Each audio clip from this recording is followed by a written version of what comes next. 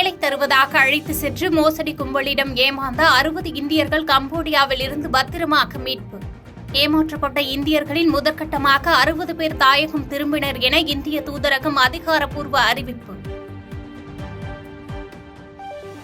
கேரள அரசு புதிய அணை கட்டுவதை தடுக்க தமிழக அரசு சட்ட நடவடிக்கை எடுக்க வேண்டும் என்று எதிர்க்கட்சித் தலைவர் எடப்பாடி பழனிசாமி வலியுறுத்தல். புதிய அணை கட்டுவதற்கு அனுமதிக்க கோரி மத்திய அரசிற்கு கேரள அரசு கடிதம் அனுப்பியது கண்டனத்திற்குரியது என்றும் சாடல்.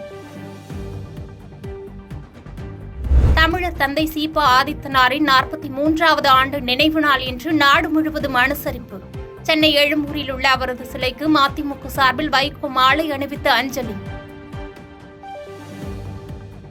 பேரணாம்பட்டு மலைப்பகுதியில் 2000 லிட்டர் கள்ளச்சாராயம் ஊழல் அழிப்பு.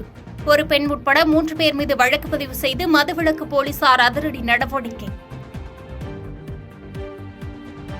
தாம்பரம் அருகே மூதாட்டியிடம் இருசக்கர வாகனத்தில் வந்த மர்ம நபர் தாலிச்சங்கிலியை பறித்து செல்லும் சிசிடிவி காட்சிகள் வெளியாகி பரபரப்பு. பட்டப்பகலில் துணிகர செயலால் பொதுமக்கள் அதிர்ச்சி அடைந்துள்ள நிலையில் சிசிடிவி காட்சிகளை அடிப்படையாக கொண்டு சேலையூர் போலீசார் தீவிர விசாரணை. பல்லடம் அருகே கோடை மழையின் காரணமாக குடியிருப்பு பகுதிகளை சூழ்ந்த வெள்ளம். கழிவுநீருடன் வெள்ள நீர் கலந்துள்ளதால் நோய் தொற்று பரவும் அபாயம் ஏற்பட்டுள்ள நிலையில் நகராட்சி நிர்வாகம் உடனடி நடவடிக்கை எடுக்க கோரிக்கை. மின்சார ரயில்களில் பெண் பயணிகளிடம் செயின் பறித்த ஆட்டோ ஓட்டுநர் அதிரடி கைது. கைது செய்யப்பட்டவரிடம் இருந்து 11 சவரன் நகையை பறிமுதல் செய்து அரக்கோணம் ரயில்வே போலீசார் அதிரடி நடவடிக்கை. சென்னையில் ஆபரண தங்கத்தின் விலை ரூபாய் 800 குறைந்து சவரன் ரூபாய் 53,200 விற்பனை. சில்லறை வர்த்தகத்தில் 1 கிராம் வெள்ளி விலை 50 காசுகள் குறைந்து ரூபாய் 96.50 விற்பனை. இங்கிலாந்து அரசின் பெண்களுக்கான உயரிய விருதை பெற்று 18 வயது உத்தரப்பிரதேச ரிக்ஷா ஓட்டுநர் ஆர்த்தி.